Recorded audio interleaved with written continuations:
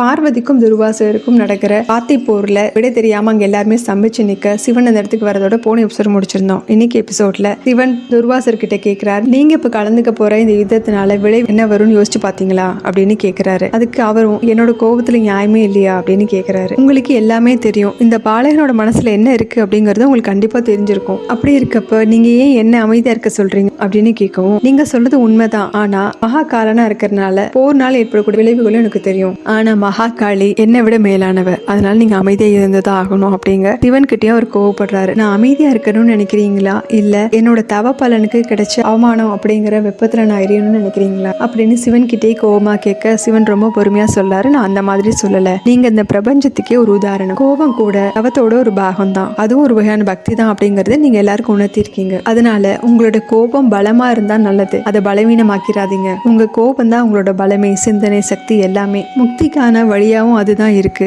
அதை வீணாக்குறது தவறு இல்லையா அப்படின்னு பக்குவமா அவருக்கு எடுத்து சொல்லி புரிய வைக்க அவரும் புரிஞ்சுக்கிட்டு, நீங்க சொன்னது சரிதான், ஒருத்தன் ஒரு கெட்ட ஆத்மாவை பார்த்தான்னா அவனுக்குள்ள இருக்கக்கூடிய கெட்ட எண்ணங்கள் வெளிவர துவங்கிரும், அவனோட சிந்தனையும் சக்தி இழந்துரும் அப்படின்னு சொல்ல சிவன் பார்வதி திரும்பி பார்க்கிறாரு. இப்போவாது அந்தனை பத்தி அவர் சொல்லுது உனக்கு புரியுதா அப்படிங்கிற மாதிரி. ஆனா பார்வதி இது எதையும் கவனிக்கிற நிலையில இல்ல. துர்வாசரும் நான் உங்களுக்கு வாக்கு கொடுக்கறேன், அந்தகனை நான் சபிக்க மாட்டேன் அப்படின்னு சொல்லிடுறாரு. பார்வதியும் மனசு இறங்கி, என்னோட மகனுக்கு உங்களால ஆபத்து வந்துருமோங்கிற பயத்துலதான் உங்க யாகத்தோட மதிப்பையை நான் குலைக்கிறதுக்கு முயற்சி பண்ணிட்டேன், அதனால உங்களையும் உங்களுடைய யாகத்தையும் என்னோட வரத்தினால நான் புனிதப்படுத்துறேன் அப்படின்னு சொன்னதுமே சிவன் ரொம்ப அதிர்ச்சியோட பாக்குறாரு. ஏன்னா இவங்க கொடுக்க போற சக்தி தான் சில பிரச்சனைகளை உருவாக்கும் அப்படின்னு முதல்ல நினைச்சிட்டு இருந்தார் இல்லையா சிவன். இப்ப அவங்க அதே மாதிரி செய்ய போறாங்க அப்படிங்கறதுனால அதிர்ச்சியோட பாக்குறாரு. நாராயணனும் எதுவும் பேச முடியாம நின்றுட்டு இருக்க பார்வதி வரங்களை வழங்க ஆரம்பிக்கிறாங்க. இந்த யாகத்தோட பலன் பிரபஞ்சத்துக்கு பொதுவா இருக்கும், தேவர்களுக்கு மட்டும் கிடையாது, அசுரர்களுக்கும் சேர்த்தே சக்தி கிடைக்கும். இந்த யாகத்தோட நன்மைகளும் இந்த பிரபஞ்சத்தை புனிதப்படுத்தும். இந்த யாகத்தினால இந்த பிரபஞ்சமே உங்களை எப்பவுமே நினைவுல வச்சிருக்கும் அப்படின்னு சொல்ல இவன் எதை தடுக்கணும்னு நினைச்சுமோ தடுக்க முடியலையே அப்படிங்கிற பதட்டத்துல நின்றுட்டு இருக்காரு. பார்வதி அவங்களோட சக்தியை யாகத்துல செலுத்த துர்வாசரும் அவங்கள ரொம்ப சந்தோஷமா வணங்குறாரு. சிவன் நாராயண் கூட மனசுல பேசுறாரு. யுத்தம் ஆரம்பமா போது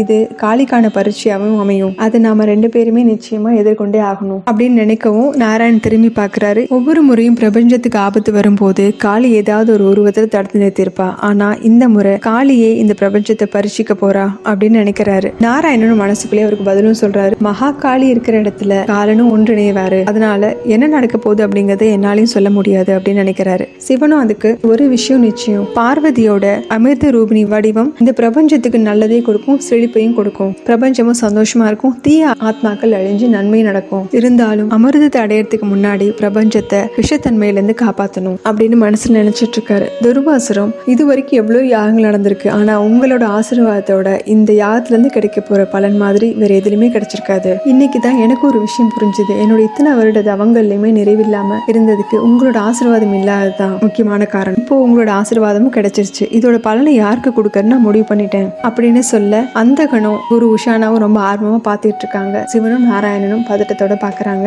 இருந்தாலும் சிவன் இப்பவும் விடாம அவங்களுக்கு ஏதாவது ஒரு வகையில புரிஞ்சுக்கட்டும் அப்படிங்கிற மாதிரி, இந்த பலனை யாருக்கு கொடுத்தீங்கன்னாலும் பிரபஞ்சத்துக்கு இது ஒரு அக்னி பரீட்சையா தான் இருக்கும், தேவர்களும் அசுரர்களுமே கூட இதை எதிர்கொள்ளணும் அப்படின்னு சொல்லிட்டு துர்வாசரை பாக்குறாரு. அப்போ அதை புரிஞ்சுக்கிறாங்களான்னு, ஆனா யாரும் புரிஞ்சுக்கல. இதோட இந்த எபிசோட் முடியுது. அடுத்த எபிசோட்ல பார்க்கலாம். சேனல் லைக் பண்ணுங்க, ஷேர் பண்ணுங்க, சப்ஸ்கிரைப் பண்ணுங்க, பெல் பட்டன் பிரஸ் பண்ணுங்க. தேங்க்யூ.